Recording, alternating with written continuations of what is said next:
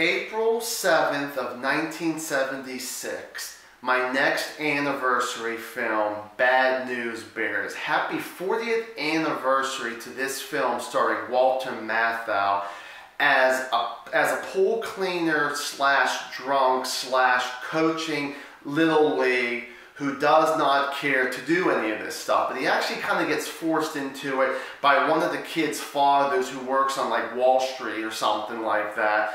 And of course the father ends up being one of these a-holes, as much as almost everybody actually in this film at one point or the other, including Walter Matthau, ends up being an asshole. Just sometimes that, you feel sorry for some of the assholes, some of the ones you're happy that they're assholes, and God hoping they get their just desserts at the end of this film. Well, for anybody out there who does not know what Bad News Bears is, has never seen it. Now, yes, there was a big, I want to say back in 2004, 2005, there was a remake by Billy Bob Thornton, which was a so-so film, but at the same time, I'm one of these people, why in the world are you remaking a movie like this when you got the late, great Walter Matthau, who did such a great job, same thing with all these kids in there. It's just crazy. So Bad News Bears, the film actually starts off, they show Walter Matthau as Buttermaker, and the thing is, he's in his car, he's drinking his beer, so you can kind of tell right off the bat he is a drunk. You have one of the other coaches practicing with his other kids there, and then you get Buttermaker coming in and just pretty much waiting for this one of the kids' fathers to come in to give him a check. I love how Walter Matthau was looking at the check and like, hey, by the way, this check's not signed. Like, hey, by the way, you're not screwing this a-hole over. Of course not. So anyways, we move on, and the thing is, he finally starts going and practicing with these kids, and these kids are horrible. None of them know how to catch, none of them know how to throw, none of them know how to pitch, any of this stuff. So the thing is that eventually, that they play their very first game, and they lose 26-0, and that was only the top of the first inning. So Buttermaker's like, you know what, I'm going to talk to the umpire, we're forfeiting this game, we were horrible. So of course, some of the kids, they're running away, they just don't care, they suck at it, they know they suck, they don't want to play, they're just that horrible at it. So of course you get Walter Matthau, sorry about that, Buttermaker kind of giving him a speech, on one of their off days. And the thing is, he's like, oh, so you're going to do this, you're going to do this, you guys are just going to whine like little bitches. Okay, you know what, you guys don't want to play, it's horrible. But he gives a really good speech, convinces them to get out there, and they end up practicing, and they start doing a little bit better, not a whole lot. But the thing is that Buttermaker ends up bumping into an old friend of his, or I guess I should say an old little girl, her name is Amanda, who used to actually be a really good pitcher for him at one point. Now the thing was, maybe they were just tossing the ball around. I think that's kind of what it really was. She didn't say they ever played before.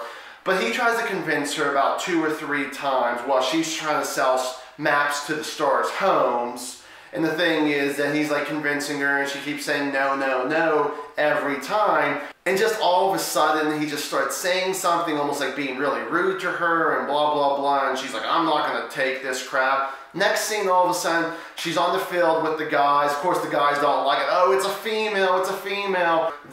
All of a sudden, she starts pitching on the mound, and she starts bringing the heat, and she starts, pretty much kicking her own team's ass in practice. And at first, they do continue losing a little bit, even with Amanda in the field. Then they really start moving up the ranks a little bit and try to make it to the championship game there.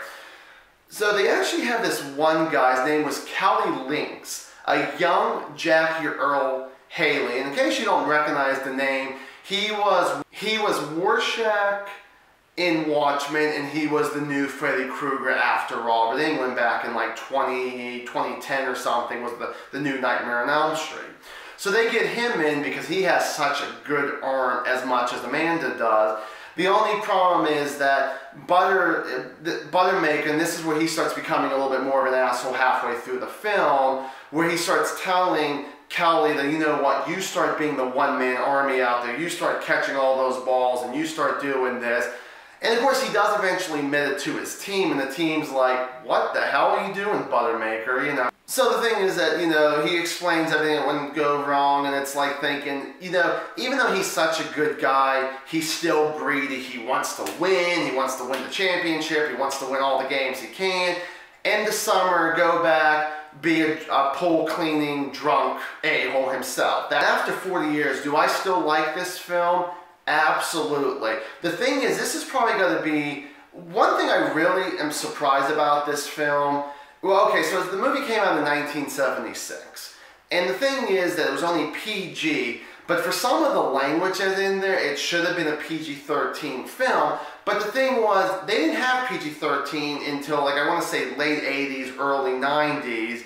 So it was one of those things you went from G, PG, and rated R. Well, I guess it was one of those things that really wasn't that they threw out the F word, or there was nudity from the adults or anything. So of course it's going to be PG, even though you're throwing out a lot of, words that you expect to be PG-13, or even some of it could even push to an R rating itself that they wanted to.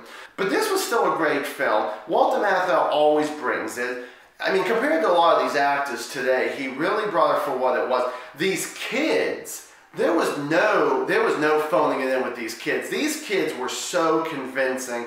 They were great for whatever, for everything that they needed to do. Even though it was mostly playing baseball, but you had some outside baseball stuff too. If the kids were going out for a pizza party or having burgers or whatever, they did a damn good job. So definitely congrats to all these kids who. The assholes were great, like they were supposed to be. Everybody in this film did a great job. It was a great script. It was directed very well, so that was something that was, which you don't get a lot of. Sometimes there's always a little problem here and there.